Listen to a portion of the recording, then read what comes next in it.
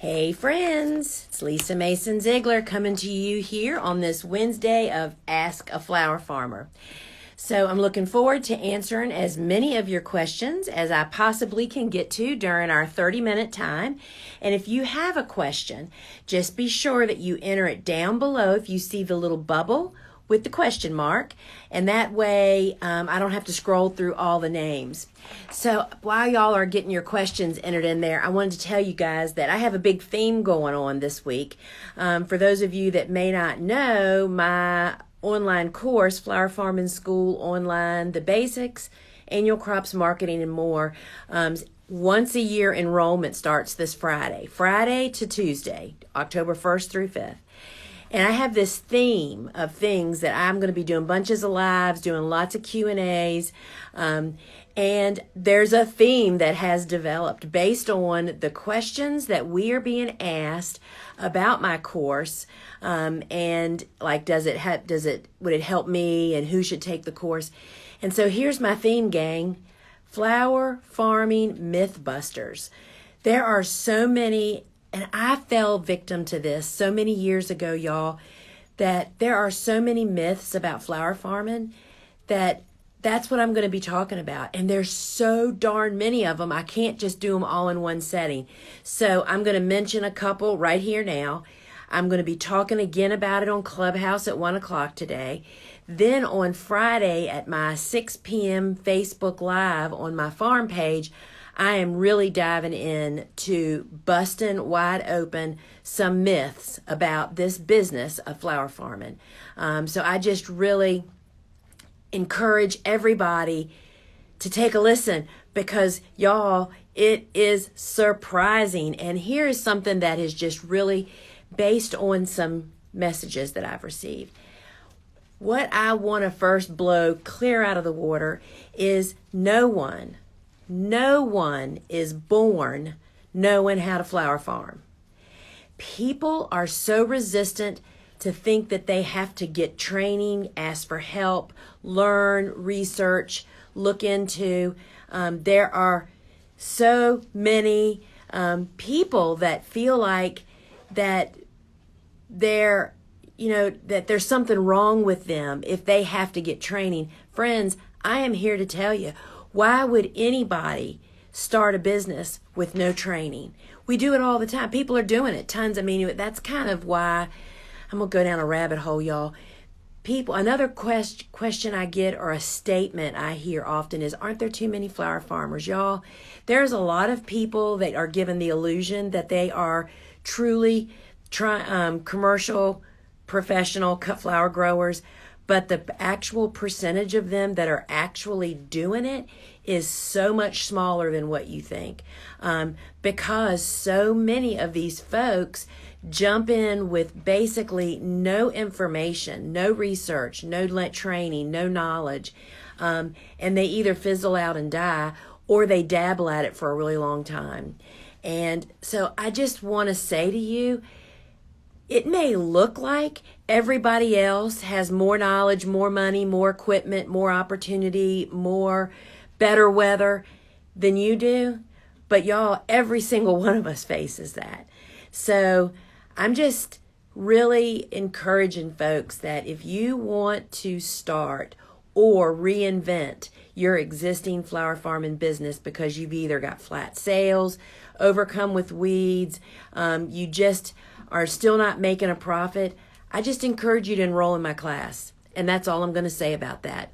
Registration opens Friday till Tuesday. It's $600. We offer a payment plan. What more do you want? It'll be the best $600 you've ever spent.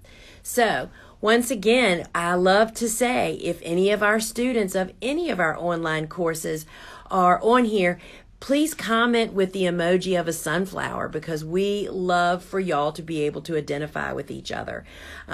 So I am, going to jump into our questions, and thank you guys. We just love seeing all the sunflowers. And I tell you something, that is really interesting is some people put multiple sunflowers. That means they've taken multiple courses, and that is really cool too. All right, Barefoot Mama. Craspedia cover or no cover have conflicting information. Let's look right here. Somebody tell me, what is Billy Ball's number? I need to look on the seed packet because I don't remember. What do we call it? We call it golden. Let me look. I'm looking for you. I'm standing right here at the seeds. I got it.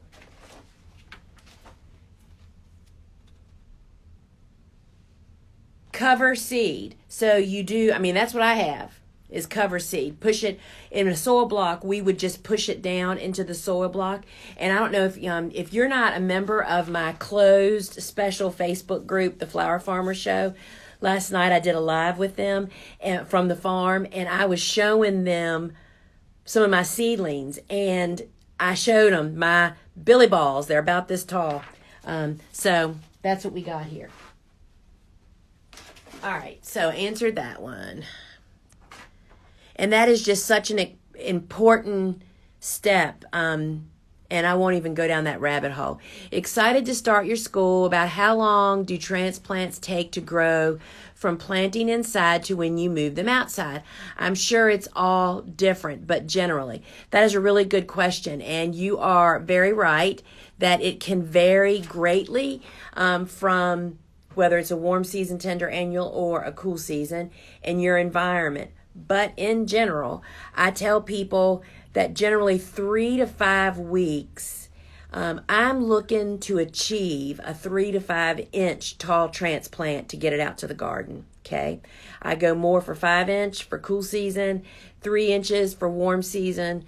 And what it takes you to achieve that can really vary with your conditions, meaning how warm your room is, how good your lights are, all of that good stuff.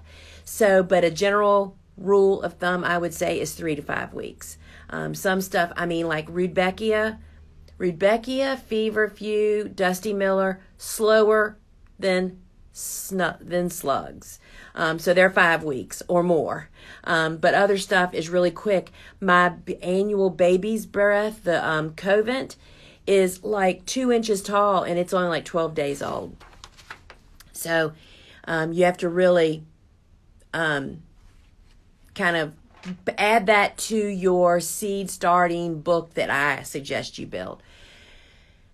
Cool flower seed sowing. Do we use both lights and heat mats for soil blocking? That's a really great question there too. So first off, you never use heat mats and lights at the same time. You sow your soil blocks, you place your trays. For cool flowers, I recommend putting a cookie cooling rack on the heat mat to cool it down just a smidge. They need warmth, but they don't need it hot warm. Put the cookie cooling rack on the heat mat, then put your tray on the cookie cooling rack. Then once 50% of them show signs of life and sprouting, you move them off of the heat to your grow light. So we always use seedling heat mats. So you have mentioned the club and farm live briefly. How do you become a part of those? So if you're talking about the Clubhouse, and that's a great question. Thank you for asking that. Clubhouse is yet another social media app. But it's 100% audio. You don't get to see any visuals. And so you just have to download the app. It's for Android and iPhones, and you do not need an invitation as we used to when it first came out. And I tell you, it is really, really fun. And I do the Flower Farmer show on Clubhouse every Wednesday at 1 o'clock. And today I'll be talking about, I usually talk for about 15 minutes, and then I take questions for about 15 minutes. And so today I'm continuing my talk on busting some of these myths about flower farming.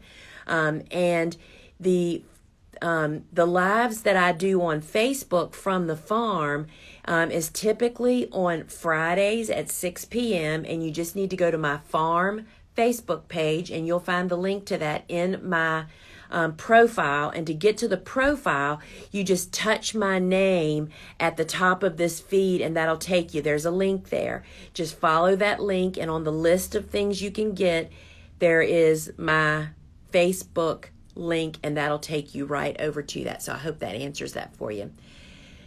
Do you feed your seedlings starts while under lights and growing? So that is another, cultivating the heart. That is a really great question. So, as my good flower farming and vegetable farming, big time farming friend Amy of Amy's Garden says, yes, you have to feed. So you have to feed, and you have to feed all the time. Y'all, we're demanding more from our plants than just a regular ornamental garden. While seedlings are under grow lights, I do not fertilize them when they're on the seedling heat mat. I fertilize them I fertilize every Monday. And anybody that's under the grow lights gets fertilization. I just put the seaweed, the Neptune's Harvest seaweed and fish liquid, according to directions, into my watering can. So when I water on Monday, they get fed. So everybody under grow lights, and then ultimately that is also out on the carport, would also get the very same treatment. So yes, it is very important, and that'll really, along with the conditions that you provide, that would really help your seedlings move along. Heirloom Heather, can you save seed from lemon balm lambada? I'm not a seed saver, so I am not the person to be asking about saving seed. I would enter that into a search engine and see what comes up. What's a good basic green filler to grow for a bouquet? There really isn't a basic filler. I'm not sure what you mean. There's not a universal. Fillers are changing all the time. We grow hydrangeas primarily to be as filler, and it changes all the time. Many cool flowers are fillers, bells of Ireland, bupleurum, yarrow. And in fact, we suffer from a lack of focal flowers with cool flowers. There's more fillers than there aren't. So in saponaria, and we use a ton this time of year of solidago, which is a native perennial that just shows up on our farm, and we actually cut it and use it as filler before it actually blooms. This week, our farewell week, y'all. This week, it's actually starting to show color, and we're grateful for that because we don't have a lot of color. So that really changes throughout the season. How do you know how much space to devote to each crop? So Creek Haven Flower Farm, the way that you go about doing that is you just have to research each individual crop primarily. I will tell you that my book, Vegetables Love Flowers, excuse me just a minute, y'all. Rhonda, come here, please.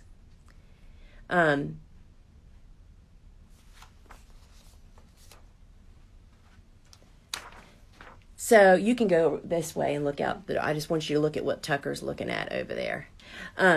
So how do you know how much space to devote? Sorry, y'all. So in my book, Vegetables Love Flowers, which is really about a 3-season cutting garden, y'all, if you didn't know that. I don't know if they're doing inspections or what. Mm-hmm. So as a general rule for warm season tender annual transplants and cool season transplants, I typically put 4 rows in a 30-inch wide bed and then 6 inches between the plants in the row. But there are some single stem crops that I definitely do much tighter than that, and Lysianthus. So you really have to kind of build your own little data bank of your information, and that is something that we provide to you in Flower Farming School, but a lot of that's in Vegetables Love Flowers as well as in Cool Flowers. And that spacing is 100% based on a cutting garden. That would not be for a landscape or an ornamental garden. Cultivating the heart. How did you get flower subscriptions from individuals? Any tips on that? Flyers, social media? Friends, social media, whether you want to believe it or not, social media is the best marketing tool that is available to business owners. And you don't really have to do anything beyond that. And that's one of the things I added bonus sessions last year to Flower Farming School about that. And we'll be talking about that even more this year. A really simplistic method of using social media to spread your word to the people that you want to reach, the people that are out there, community in your zip code or county or whatever you're in. And back when I started, it was by word of mouth, but that was 24 years ago, y'all. We didn't even have the internet hardly. But now I 100% say social media, and I offer you the way that the simplistic, doable, not spend a lot of time on social media way to help reach people. But definitely social media is where it's at, y'all. And, people that have a problem with social media, if you can build your business another way, go for it. But it is the best. It's when we use it as a tool that it becomes really effective. Is there anything you are direct sewing now, or is everything started in trays? So Mimo, I offer in all of our instruction, whether you're reading Cool Flowers or you're reading other things that I've written about starting seeds, I always put which method the seed prefers or is the easiest to start it. So I do both. I do whatever is best for the seeds. I direct sow about 10 Cool Flowers, which we haven't even sown ours yet. We're preparing to do that.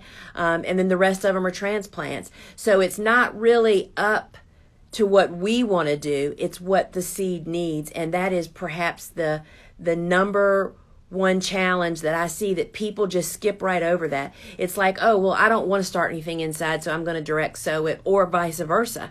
And it's like, that's not even the right road to go down. The road is, which way does this seed start the best, the easiest, the fastest, the quickest, right?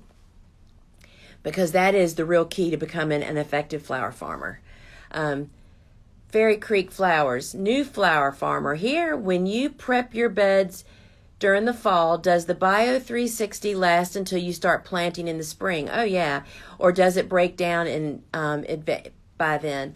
So first off, you're welcome, and thanks for asking that question. So the manufacturers really, they're required to put all this information out, right? It says, at this degree, you can expect it to last this many months. I will tell you that in all of my years, and I've been using Bio 360 now, I'm going to guess 10 years, and we use a lot of it. And for anyone that doesn't know what we're talking about, Bio 360 is a 100% compostable corn byproduct film that looks exactly like plastic, but you can turn it into your soil when you're done, when that season is over.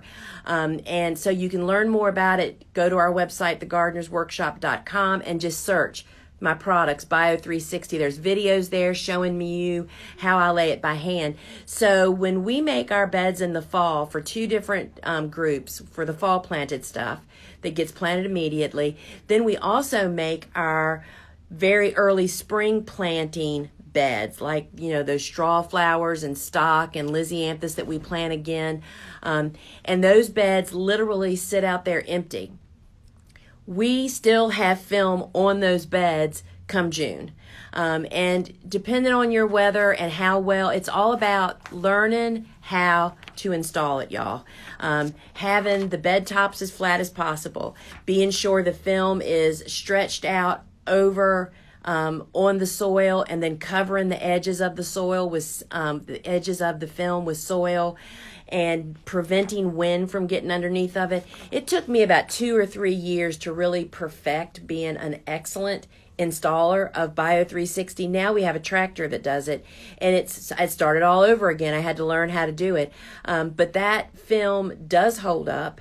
Of course, if people are stepping on the edges, the sides of the beds, or kneeling on them, that'll all have an impact on it. But I love that stuff. I wouldn't be farming. I would have never ramped up my farm to the level that we went to without that stuff. It is absolutely amazing. And in flower farming school, I show you how to do it by hand with a walk behind tractor and with a and this is what's so nice about being here, y'all. They just brought me some. This is how it comes from us. It comes in a 50-foot piece, and it is white or actually it's gray now. Gray on one side, it's super thin. Wait a minute. It's super thin. Wait a minute. So it's that light gray on one side and black on the other. This is made out of a cornmeal byproduct. And we put the black side up for fall planting and very early spring planting and maybe the first spring planting. But once the daytime temperatures on the days that you're going to be planting are soaring above 80 degrees, we then start making our beds with the gray side up. That cools the surface down 20 degrees. But when you use the black side up for fall and winter and very early spring planting, y'all, it like heats your soil all winter long. I attribute my great success with Cool Flowers to using this film, hoops, and row covers, because my plants can't hardly help but grow healthy, right? So thank you, Rhonda, for that. Creek Haven Flower Farm. Sorry, I meant how big of a block in a row. Oh, I see what you're saying. I know that is a very generalized question. I'm a small farm, but didn't have nearly enough planted this year. Just a roadside stand. How to break up a 4 by 20 foot row. So, first off, 4 foot wide is really wide for beds. And the reason that I go narrower is that we put literally the same. I mean, we used to put 4 rows in like a 36-inch and even a 42-inch wide bed. We still put 4 rows in a 30-inch bed, y'all. Grows even more in abundance, and it's much easier to harvest. So I would say to you that I don't know how many 4 by 20 beds, but for me, a 10 or a 20 foot section of bed of one type of flower would be the minimal. And those plants that are really good reproducers like zinnias and basil, and there's a lot of crops that I would only grow 5 feet of, Gomphrena, bachelor buttons, those crops that you don't need a 20 foot bed. So it really is. And I'm working on something about this, y'all. It's just really hard. You have to really grow stuff, and you need to look at what did you never have enough of this last season? What did you compost every week? And that is a real indicator. I know that I shouldn't grow as much basil anymore. When I grow less, I cut it harder, and it makes the plants produce longer. Same thing with Gomphrena. But then there's some crops like sunflowers and zinnias and coxcomb that we just seem to never have enough. And that's what helps me to gauge how much of a specific crop to really plant. Hope that helps. I put seeds in the freezer according to your website. If I don't use all for fall planting, can they go back in the freezer? So yes, Kim, so we definitely just store our Cool Flower seeds. I mean, when I bring them to the farm, we put them in a plastic bag with that desiccant, and we zip the bag shut. We leave them on the countertop for about 3 days to allow that desiccant packet to absorb any moisture that might be there. Then we put them in the freezer. So yeah, you take them in and out of the freezer, and I literally just took our direct seeded seeds out of the freezer and I put them up in my office so that nobody would open the Ziploc bag. You don't want to open it until the desiccant pack has a little bit of time to absorb any moisture as they defrost also. So yeah, just put them back in the freezer. But using a desiccant makes life much longer for your seed. Any recommendations on preparing new beds that are currently grass weeds if there is no compost available in your area? Well, that is a long conversation. I do talk about that in Vegetables Love Flowers. I think you might even find something on my website in my blog. But it really depends on what you want to do. Some people would spray it and till and plant cover crops. Some people would tarp it for a year.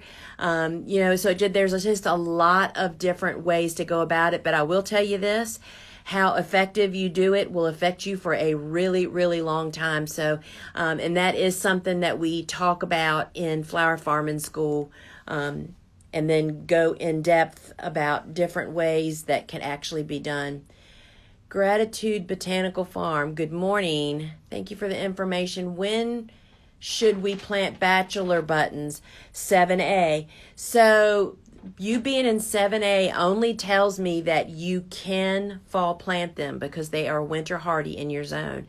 Your frost dates are what tell you actually when to plant them in the fall or very early spring. So you want to plant bachelor buttons, you direct seed them 6 to 8 weeks before your first expected fall frost, which I expect would be any time now for your planting time.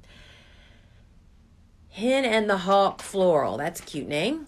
Sowed Delphiniums this year. Germination was awful. Soil blocked them with Seedlings heat mat. What tips for next time? Well, I don't know if you've read Cool Flowers, but I recommended in there a variety, Oriental. The name has just escaped me.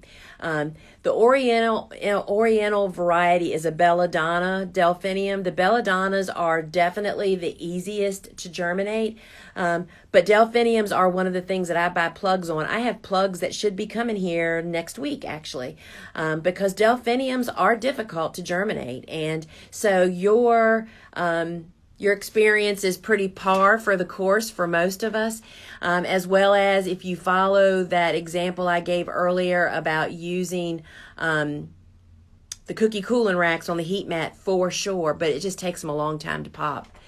Do you net yarrow? Oh my goodness, if you want to have something to cut, yes. We net pretty much everything with a few exception. So yeah, you definitely have to. Roughly how tall will our cool flower seedlings be when they stop growing to overwinter? So when that really depends on what size they are when you plant them, because when you plant going into winter, they're not going to really do a lot of vegetative growth, hopefully, because hopefully it's cooling down and they're going to just be putting down really good roots. So they pretty much hold what you plant out in the garden. And that's why I tend to go more with the 5-inch size to plant out in the garden, just to give them a little bit more of substance to go through winter yet with. I'm done. 8A, is it too late to start snaps to overwinter? Oh, heck no. That's one of the things that I talked about. You need to join the Flower Farmer Show Facebook group. I talked about that last night. I talked about cool flowers loopholes, and that's one of the how you can make most of the loopholes. And I talk over there about that. You have more wiggle room with transplants than you ever will with direct seeding. My seedlings and my soil blocks are doing great, yay. However, they are getting a lot of mold. I let them get dry before the next water. Can't anything else I can do? Well, are they getting dry in a 24-hour period? That's the question. If they're staying wetter for longer than 24 hours, that's why you're growing mold or algae.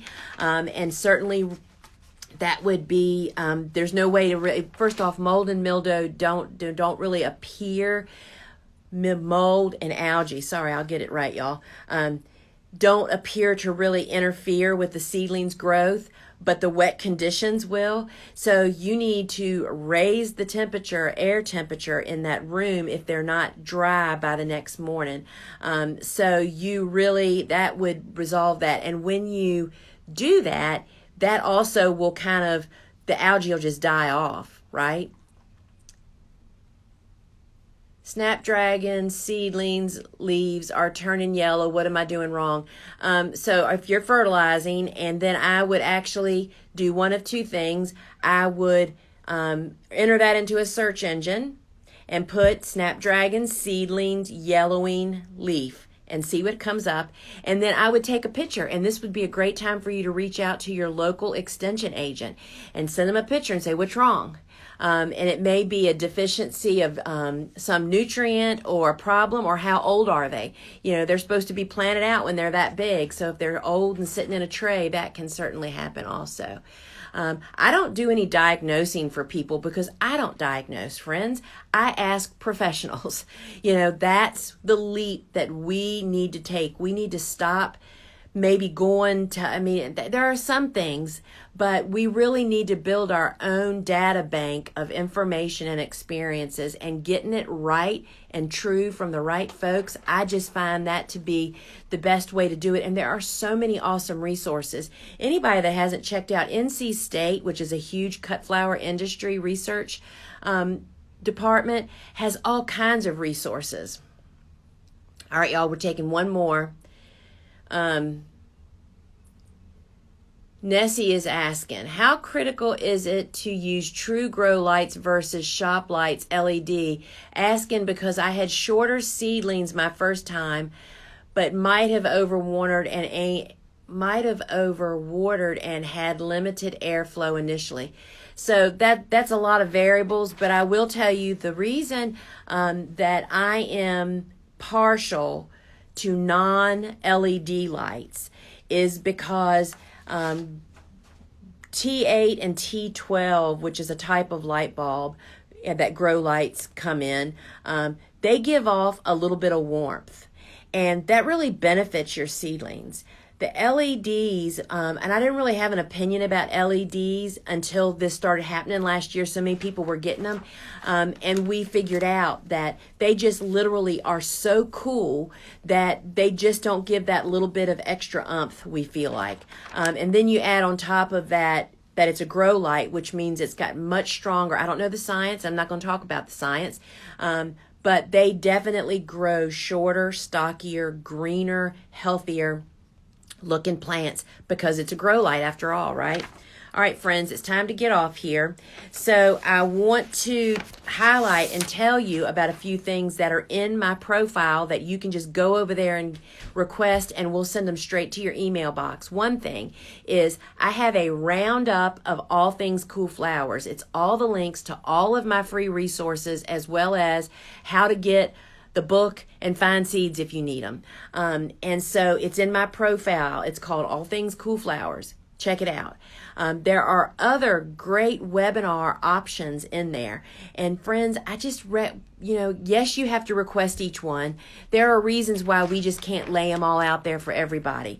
People hijack them. So you can look at my profile. It's changing all the time at what's available. Check it out. And again, Friday morning at 8 a.m., my course goes on sale, and I hope I'm going to see you in school because, friend, guess what? You were not born knowing how to become a successful professional cut flower farmer. That's what we're going to learn in flower farming school. All right, folks, till we meet again, ciao.